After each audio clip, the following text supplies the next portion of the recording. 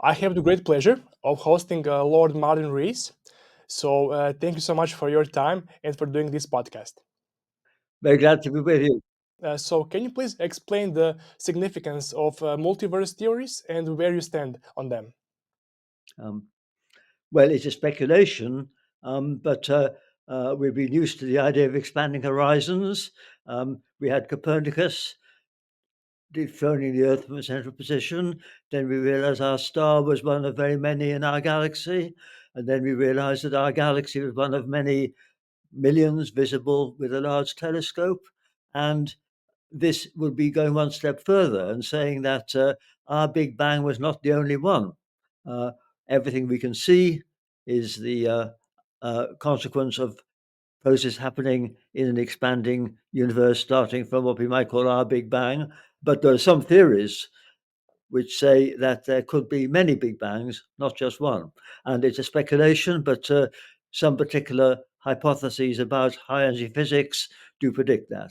And I think it's a fascinating question to ask, could there be other universes? And if there are, the next question would be, are they governed by the same laws as us?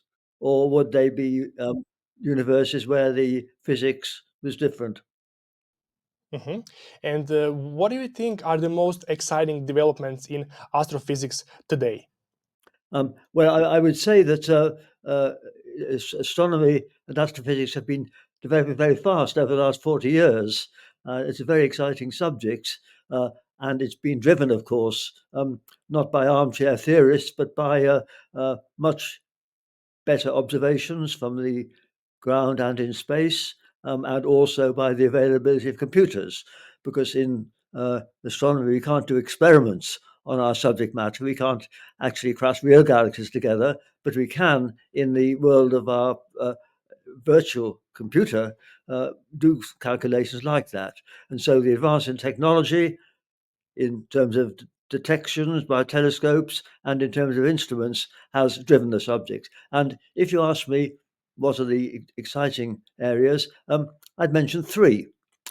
One is the trying to understand how galaxies formed, what's happened during the expansion of the universe, when we think at some stage galaxies or their embryos started to form and how they developed and what young galaxies look like. This is something which the James Webb Telescope has offered some breakthroughs in. That's one. Another rather different area is one where I've probably spent most of my time, which is what they call high energy astrophysics. This is looking at extreme objects where you get conditions which you can't possibly simulate in a lab. And the most obvious type are those where gravity is very strong. Think of neutron stars and black holes, etc. And of course, an important part of astrophysics is studying objects where gravity is very strong, neutron stars, for instance, and also where black holes are important. And we now believe that there are black holes in the centers of all galaxies, and that the output in radio emission and the jets, etc., is produced by um, uh, processes around a black hole, and that's something I've studied a lot, and where again computers have helped a great deal.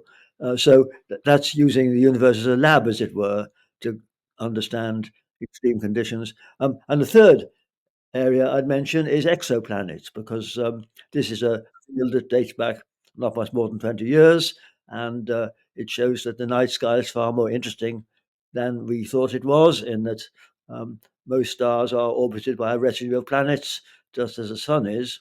And of course, as you know, this subject is just starting.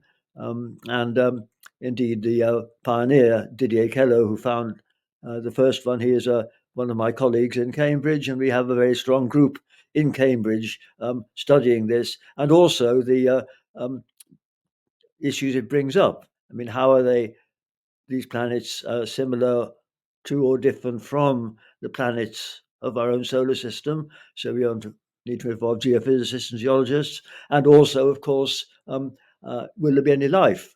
How does life begin, and all that? So it's a very cross-disciplinary subject, and so I'd say it's those three things. It's uh, the evolution of the macro universes, as it were, how galaxies form and cluster, and simulations have helped a lot there. Second is extreme physics, and the third is the new subjects, which makes our environment more complicated and makes our planet just one of millions, not just unique. Mhm. And do you think we will ever find out what happened before the Big Bang? Well, of course, some people say, do we really have a before? Because I mean, it's said metaphorically that that's like asking if you can go north from the North Pole and you can't. So there's some theories where there's nothing before it; it somehow closes up. But I think what I'd say is that lots of the key features of our present universe were, we believe, imprinted at a stage when the physics was very, very extreme indeed. Let me explain that a bit more quantitatively. I think we got confidence in the Big Bang back to when the universe was about a millisecond or microsecond old. The reason I say that is that that's the time when most particles in the universe have thermal energies of the order of the maximum energies we can achieve in accelerators.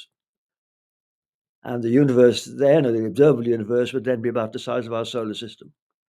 But most people think that to understand the basic questions of why the universe is expanding, why it's got the ingredients it has, we have to go back much further still to a time when our observable universe would have been squeezed not just to the size of a solar system, but to the size of a tennis ball. That's a huge extrapolation, and therefore it's an huge extrapolation upwards in energy. And that's something that we can't understand. We have no physics there. And we're getting into the regime of unified theories where we have to worry about quantum effects on the scale of single particles. So that's why there's so much uncertainty about what happens in the very initial instance when things are laid down. And the reason I didn't give a straight answer to your question of uh, what happened before the Big Bang is that, as you know, one of the theories which is thought to be possibly applicable, if it's correct, is superstring theory, where there are lots of extra dimensions anyway. And how do black holes continue to reshape our understanding of physics in general? Um, well, I mean, first of all, if you call the applications to astrophysics, then there are detailed models now about how gas falling in or swirling into black holes can uh, generate jets of the kind which are observed in radio sources and active galaxies, etc., and how that works in detail. There's been a lot of interesting developments by people like Roger Blandford and many others in this area, and so that's one thing. But of course, there's also the more fundamental issue of how we understand the geometry around black holes, and are there ways in which we can get links between cosmos and microworld by considering the physics near the horizon and the singularities, etc. And this is a topic which goes back to work of Hawking and Penrose in the 60s, and the Hawking radiation in the early 1970s. And that debate is still continuing. The nature of the horizon and what happens inside. So I think everyone thinks that the goal of physics is to have a model which does um, help us to understand the nature of space. And incidentally, as a bonus, would explain why there's the accelerating universe, why there is this effective repulsion in space. And this would probably give a new link between gravity and the microphysics, which we do understand at low energies. I see. And what are the biggest open questions about dark matter and dark energy we have nowadays? Yes. Well, for dark matter, of course, we know it's there, and we know that it's. The one thing we do know is that it's behaving like a swarm of neutral particles which don't interact, which mix up in systems which have come into equilibrium. We know that it doesn't behave like a gas because we know enough about its distribution to know that there haven't been shock waves and things like that. So we know that it behaves like non-interacting particles, all feeling gravity. We've no idea what it is. There have been lots of ideas. Some ideas, so-called supersymmetric particles, that has been shot down because those particles aren't known to exist at the moment. But there are the possibility of other particles we don't know, axions, etc. So lots of ideas. All we know is that we can fit the phenomenon of galaxy formation if we make the assumption that there is a lot of mass in the form of these neutral, non-interacting particles, which don't collide with each other very much, but can swarm around.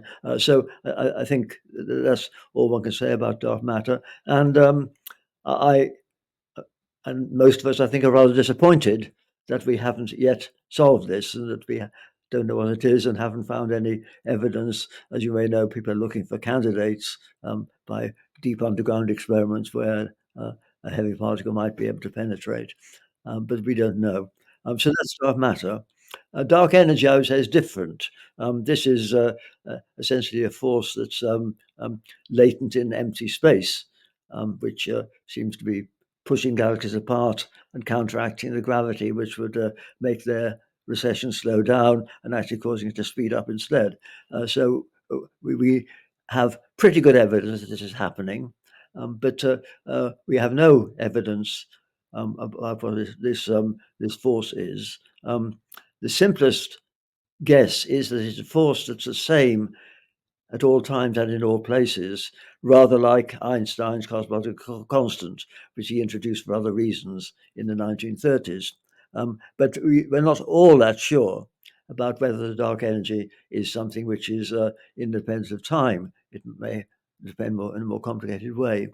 But I think whether or not that's true, it's going to be hard to understand its nature, the nature of uh, this force in empty space, until we do have some sort of quantum gravity, or in a sense of some sort of a theory which explains this texture of space on the tiny, tiny scale. And to quantify this, we expect that space and time are not infinitely divisible. You get down to some scale where quantum uncertainty and gravity give the same scale.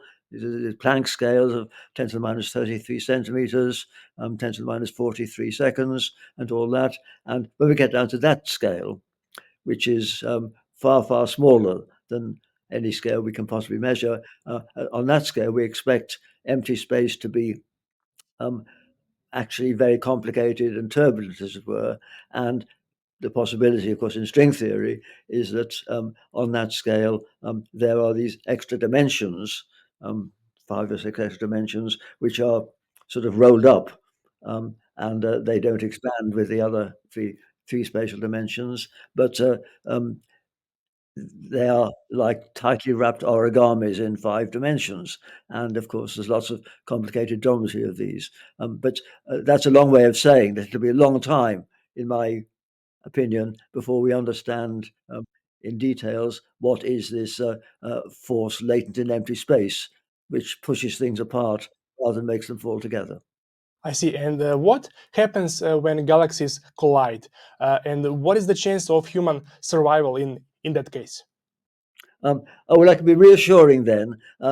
We think it's quite likely that the Andromeda galaxy will crash into our Milky Way in 4 or 5 billion years.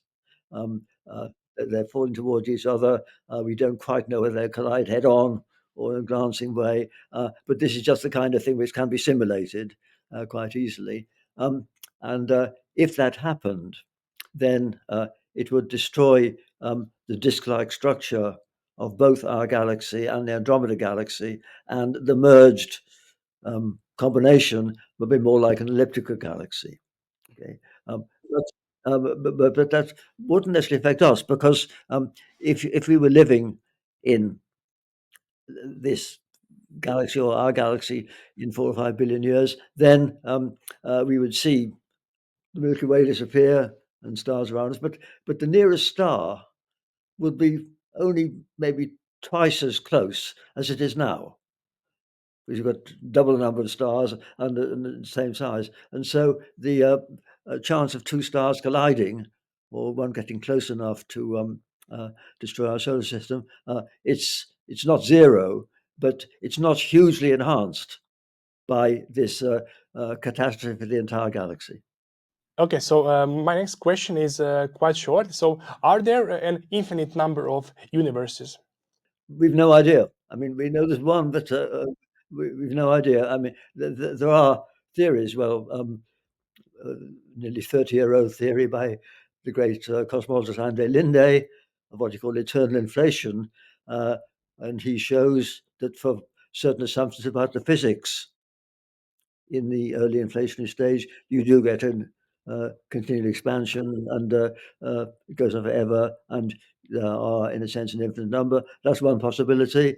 There are alternative versions which would give multiple universes, and we just don't know. And as I say, I don't think we'll settle that question until we understand the actual physics of these extreme conditions and can confirm it, because we can test some of the predictions it may make in our low energy world. And the trouble is that there are these theories like string theory, but we can't actually work through and decide, do they explain the low energy world? If we had a theory which applied at the very, very early stages and which we could calculate through and which predicted the mass of the electron or something at the end, then we know we should take it seriously. But at the moment, there's no theory which has calculable consequences at the moment of what the low energy universe should look like.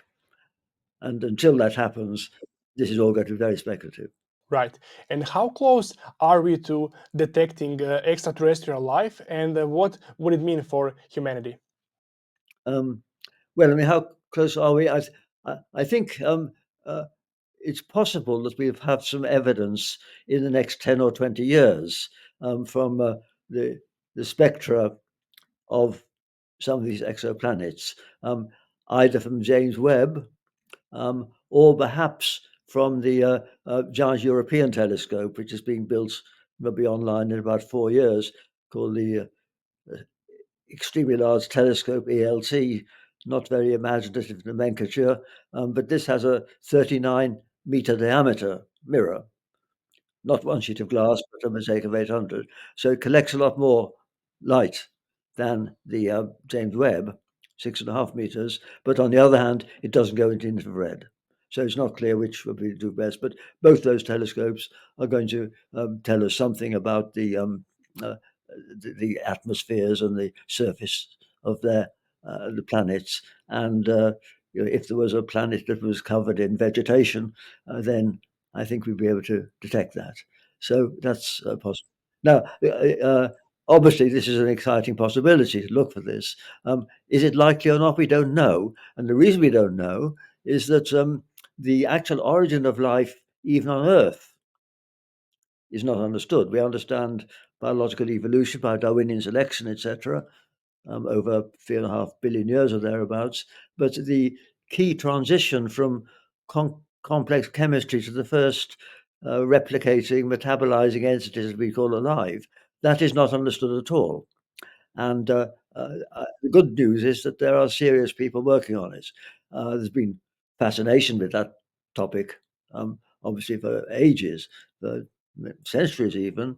And there have been experiments, there's a famous Miller-Urey experiment done, I guess, about 70 years ago, where sparks were fired through a mixture of amino acids to see if anything happened, and nothing happened very much. And no one really pursued this. The subject was put in the too difficult box. People thought we don't know what to do. So, but that has now changed, and for two reasons. First, the motivation is higher because there's now the possibility of finding life not just in this one place but in other places. That's one thing. And secondly, of course, the biochemistry has evolved. And one thing that's can help can be computing. We've had the amazing results from DeepMind computer people who can now get the structure of hundreds of thousands of proteins in a time that it would take one student to do just one of them. So there's been a huge progress in the possibility of actually understanding very complex molecules that might be involved in this transition. But at the moment, we don't know.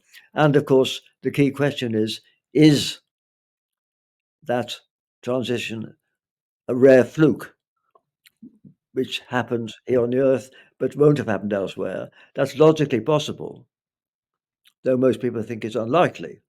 Most people think that under certain ranges of conditions, we don't know how wide those ranges are, then life would have got started elsewhere. And I think that's why key questions for the experimenters are to get some understanding of the microstructure of living things, to see whether it was a fluke or whether there was a pathway which made it quite likely that you would end up with something which is living. And also, those of us looking for extraterrestrial life would like to know if there is the possibility of life with a very different chemical basis, not a double helix, maybe not even a water base, etc. And so those are things that will be of interest.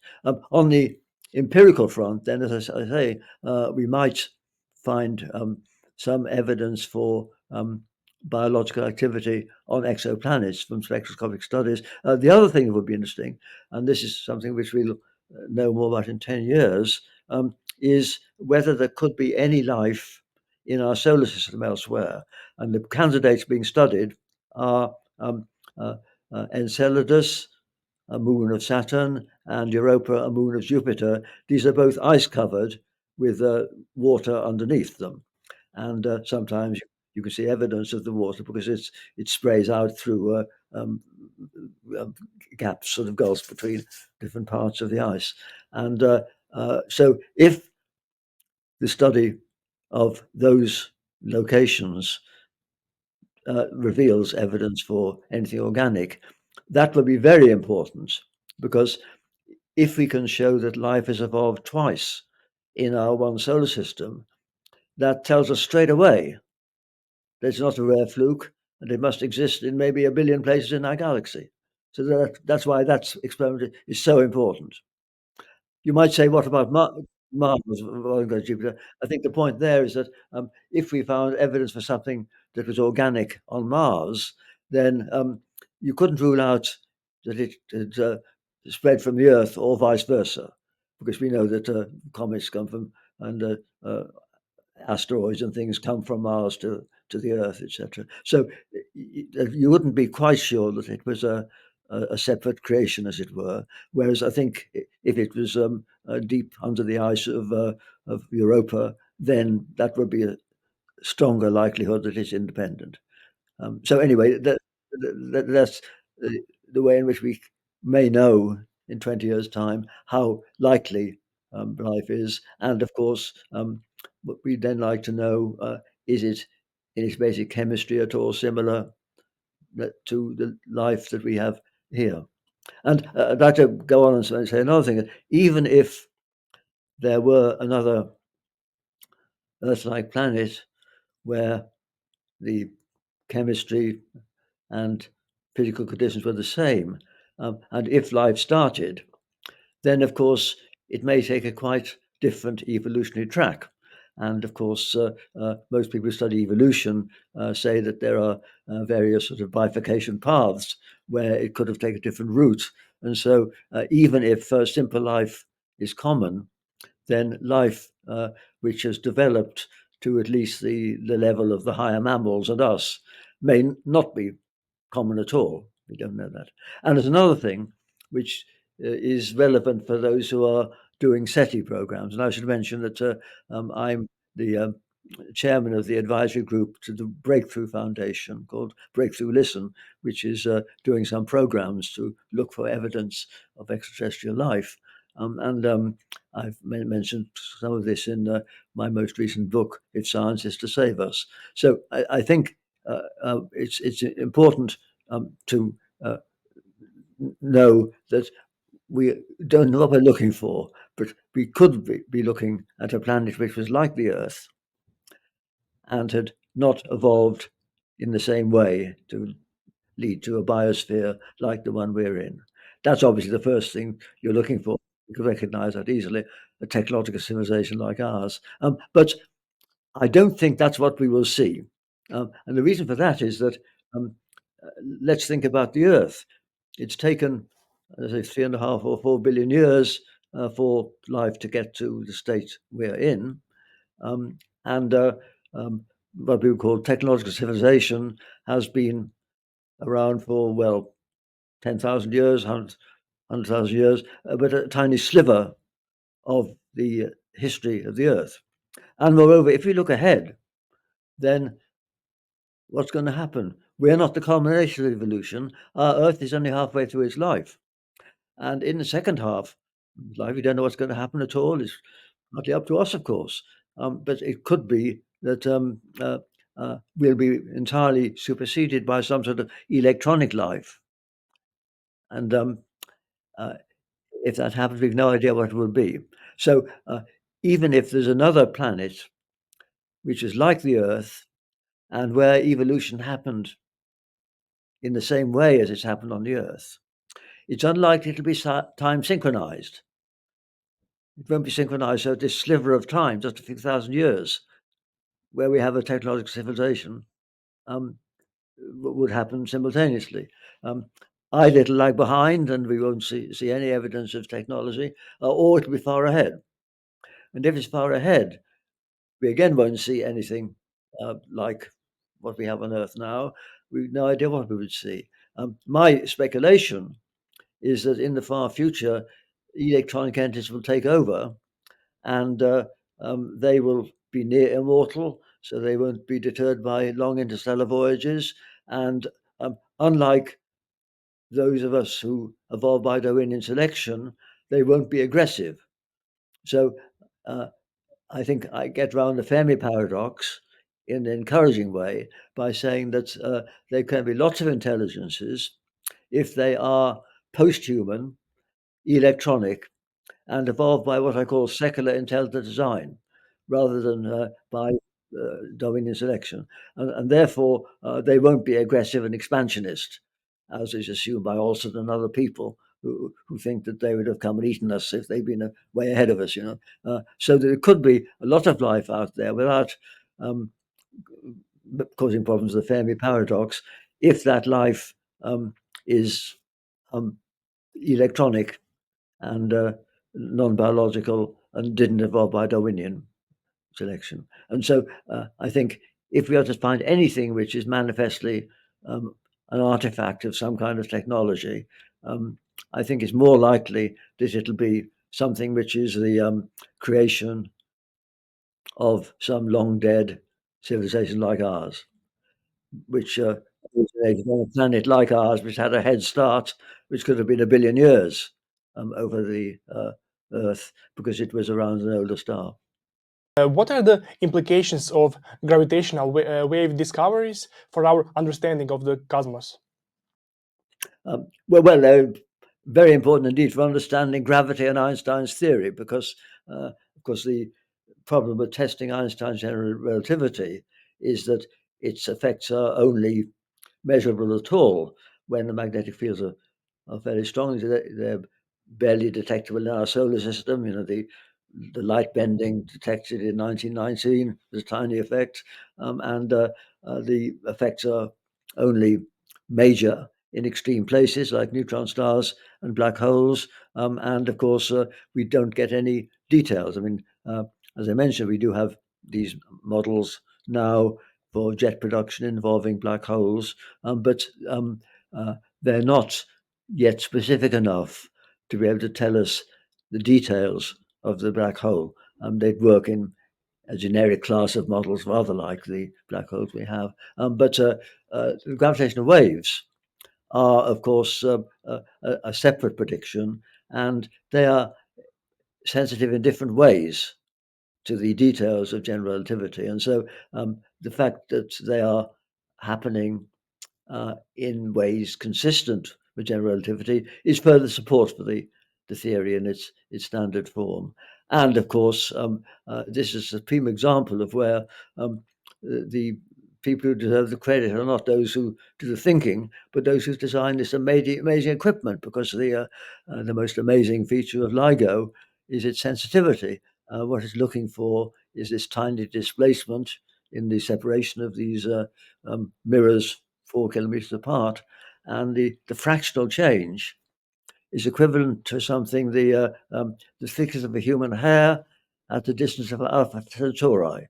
Really amazing. And so the technology of that is amazing. And of course, I know the people involved in this, and I remember thinking that will they have spent their lives and not detect any signals? But what's been so wonderful is that the detection rate has been higher than most was predicted. The objects which have been detected are merging binaries, and we thought there'd be quite some of these, obviously, from the fact that massive stars leave black hole remnants, and some are in binaries. But these black holes are um, bigger than we thought. They should have on average 50 solar masses rather than 10, and there are more of them. And so that gives a much bigger event rate, and therefore more possibility of actually getting a large sample of several hundred and actually doing some analysis of the events. So that makes this subject really very, very, very exciting, I would say. And incidentally, the evidence from gravitational waves um, for the rest of astronomy is almost certainly that in the first generation of stars, the mass function was different, and the stars were on average bigger. We know that the population, one star is forming now. We know what their mass function is, but uh, some of the theories um, for star formation at a rate of 10, which is now being observed by the James Webb, suggests that there could be masses much higher, and the data are consistent with that. And I think that's a nice concordance with what we would infer by the quite separate data from LIGO, which says that there are stellar remnants in surprisingly large numbers of stars that must have been at least 50 solar masses. Yes, and how do you envision the future of space exploration in the next 50 years?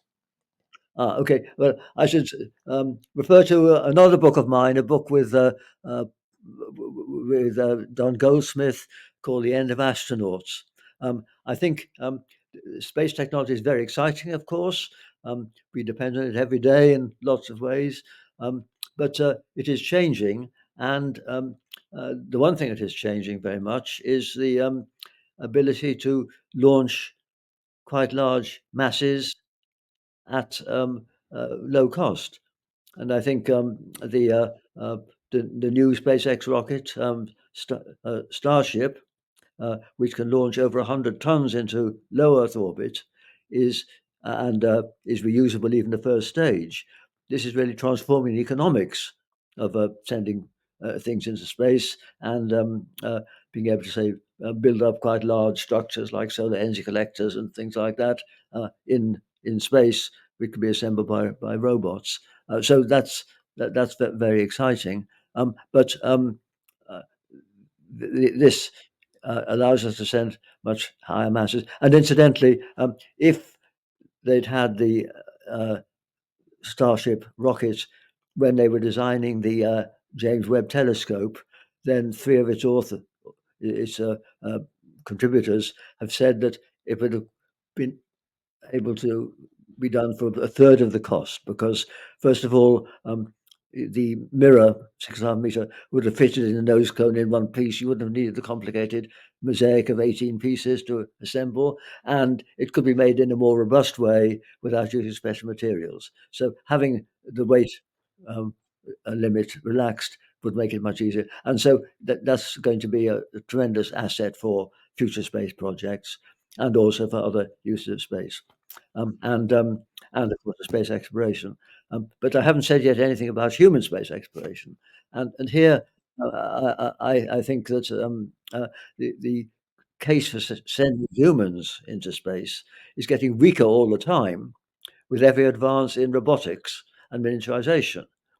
Well, let's take what's happened on Mars. There was a Curiosity probe that was sent, I guess, about 14 years ago now, which trundled very slowly across Mars because it had to report back if it encountered rock in its path, etc. The more recent probes, NASA's Perseverance and the Chinese probe, they've got enough AI that they can move around, adjust their course around obstacles. Now, they can't do geology, but in 10 or 20 years, um, these probes will have enough geological savvy, as it were, to be able to decide where to dig and what is the most challenging thing they can do. With some guidance from Earth, but they needn't have that very much. And so there's a tremendous future for more sophisticated exploration using these robots. Now, sending a robot is, of course, far, far cheaper than sending a human being. And so I would say that the case for sending humans can't be justified on scientific grounds and is very, very expensive, especially if done by NASA. And that's because NASA has to be highly risk averse because it's launching civilians um, and uh, it's got to bring them back safely, etc. We saw the example of that in the case of the space shuttle, which was launched, I think, 135 times, and there were two catastrophic failures, each of which killed the 7 astronauts on board, who were some civilians and women's school teacher and all that. And each of those was a sort of trauma, which made the Americans want to be more careful and delay it and make it even safer. Now, you could never make a trip to Mars and back 98% safe. I think no one. So my feeling is that if there were to be a national goal to send humans to Mars, a national goal for the Americans, or maybe the Chinese who want to leapfrog what the Americans did already to go to the moon, then if they want to make it safe, then to support humans on a 6-month journey with their provisions and leave them safe and then bring them back, that's going to be hugely expensive and no purpose other than spectator sport. And so my line is that there is no case for human spaceflight beyond low Earth orbit, except as an adventure and a spectator sport carried out by people prepared to take high risks. And there are many people, as we know, who will be prepared to go to Mars with a one-way trip. In fact, Elon Musk has said himself that he'd be happy to go on a one-way trip um, uh, as long as he uh, ended his life not on impact, but after living there on Mars for a bit.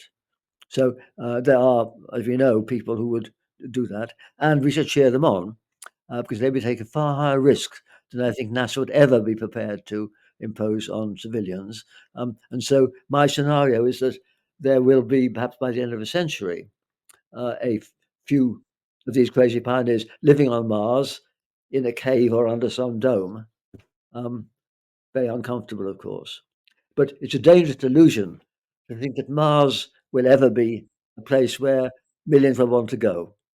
Uh, there's no planet B for ordinary risk-averse people, and I think we've got to deal with that now because dealing with climate change is hard, but it's a doddle compared to making Mars habitable and terraforming it. So that'll never happen. And incidentally, I would feel the same thing if I was an American about the Artemis project, because it's true that's not quite so expensive, but again, it's not clear why it is worth $100 billion. So I think my scenario is there will be a few crazy people living on Mars. But having said that, I think they're heroes and they'll be very important cosmically because I talked earlier about post-human evolution. And we should note that the Earth's only halfway through its life, so we're not the culmination. But this post-human evolution, I think, is going to be led by the crazy people on Mars. The reason for that is that they've got every incentive to redesign themselves to adapt better to the very hostile environment they're in. And moreover, they'll be away from the regulators who are going to control that sort of biotech um, here on Earth, and rightly so. We don't need it, and it's dangerous, and it'll be controlled. But redesigning the human bodies into something that's more uh, attuned to the Martian atmosphere, that's something which maybe by the end of the century will be possible if you think of how um, biology is advancing. So my scenario is that there will be a community of humans on Mars, but I think rather than trying to terraform Mars to make it like the Earth, they will change their descendants so that they are more like creatures who can live on Mars. That can happen quicker, and then of course, if they are then mainly electronic or cyborg, etc., then they will be near immortal, and they will be willing to take interstellar voyages, taking many human lifetimes. And so that's my scenario for the future of the Earth, and my views on SETI are affected by that thought. I mean, I think if we detect SETI, it'll be uh, what's happened on a planet which had a head start of a billion years over us, and therefore has led to all these entities escaping from their original parent solar system. Are there areas in physics or cosmology where we may simply never have answers? We may never have answers. I, I, th- I think there are, because I think, uh, well, it's true that in a sense we can be aided by AI, but the limits. And I think we've got to be open-minded about there being aspects of reality which are beyond the human brain, just to the same extent that a monkey can't understand quantum mechanics. There may be similar things which are beyond human beings, and uh, in fact, it's surprising that the human brain can do so much, because our brains haven't changed much since our ancestors 100,000 years ago roamed the African savannah and had to contend with everyday scales, etc. And we are lucky that the brains, which haven't changed very much in that 100,000 years, have been capable of making so much progress in understanding the microworld of the atom and the scale of the cosmos. That's great, and they'll be helped further by AI, etc. But still, there may be deeper layers of reality which still are beyond us, and we've got to be open-minded about that. So there may be some mysteries which will be solved, but not by human beings. And how do you define an existential risk, and what are the most pressing ones nowadays?